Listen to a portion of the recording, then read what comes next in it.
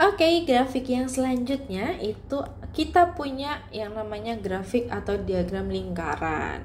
Nah, sesuai dengan namanya juga ya nggak mungkin dong tiba-tiba di sini namanya grafik lingkaran tapi bentuknya kubus, bentuknya kotak, nggak mungkin ya. Itu itu sudah tidak relevan.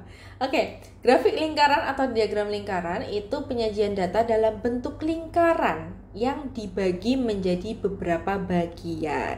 Nah, bukan kemarin ya, video sebelumnya itu kan memang sudah aku spill ya. Kalau misalnya untuk lingkaran yang utuh, dia itu totalnya adalah 100% atau satu ya. Jadi kan kalau misalnya untuk lingkaran yang utuh atau sesuatu yang utuh, dia pasti satu.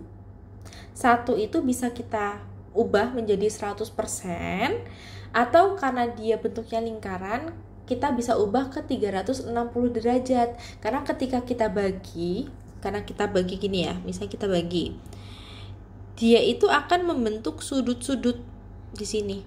Nah, sudut di tengah ini kan dia totalnya kalau full itu adalah 360 derajat. Nah, contohnya misalnya aku punya nih 100% kesatuan yang utuh. Terus dibagi-bagi, misalnya aku mau ngebagi menjadi 25%, 50%, 12%, dan 13%. Nah, meskipun aku bagi menjadi 4, tapi ketika kita total, dia tetap akan menjadi 100%. Karena menjadi satu kesatuan yang utuh. Seperti halnya kalau misalnya dia berbentuknya itu nanti 360 derajat. Ya, kalau misalnya aku mau ngebagi jadi nanti 90 derajat, 180 derajat, 45 derajat, dan 45 derajat. Jadi dia kalau misalnya dijumlahkan, dia akan tetap 360 derajat. Nah, untuk grafik lingkaran sendiri dia akan menunjukkan perbandingan, bagian, atau proporsi. Jadi lebih mudah ya ketika kita melihatnya. Nah, misalnya aku di sini punya gambar ala-ala ya. Ini kita anggap aja pizza meskipun nggak ada toppingnya. Lebih tepatnya kayaknya jeruji ban ya, tapi nggak apa-apa, anggap aja kalian melihat ini sebuah pizza.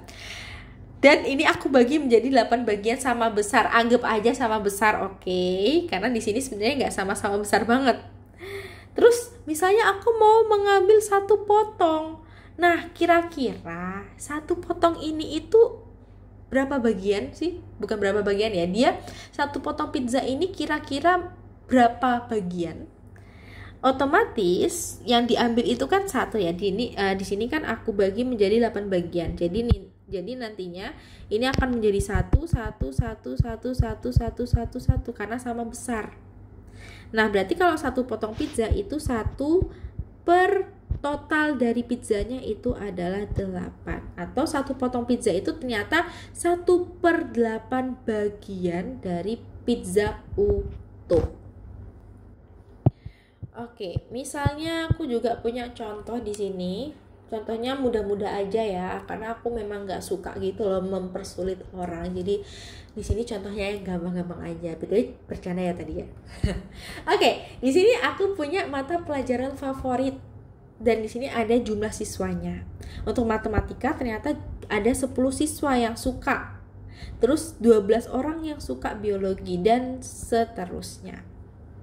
Nah, misalnya aku pengen nanya ke kalian, perbandingan kimia dan biologi. Oke, perbandingan berarti ya udah kita bandingin aja antara kimia dengan biologi. Kimia itu adalah 6 banding dengan biologi 12,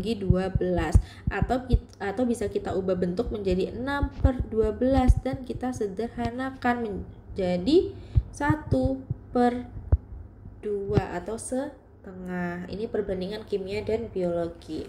Lalu aku punya juga pertanyaan, persentase bahasa Inggris terhadap jumlah keseluruhan. Ini maksudnya persentase jumlah siswa dengan mata pelajaran favoritnya bahasa Inggris terhadap jumlah siswa keseluruhan, gitu ya. Di sini berarti kita mengecek untuk perbandingan bahasa Inggris terhadap keseluruhan dulu ya. Nah, untuk jumlah siswa yang suka bahasa Inggris itu ada 10 orang. kita bandingkan dengan jumlah siswa keseluruhan. Nah, kalau jumlah siswa keseluruhan itu berarti kita jumlahkan semua ini, yakni satu lingkaran utuh.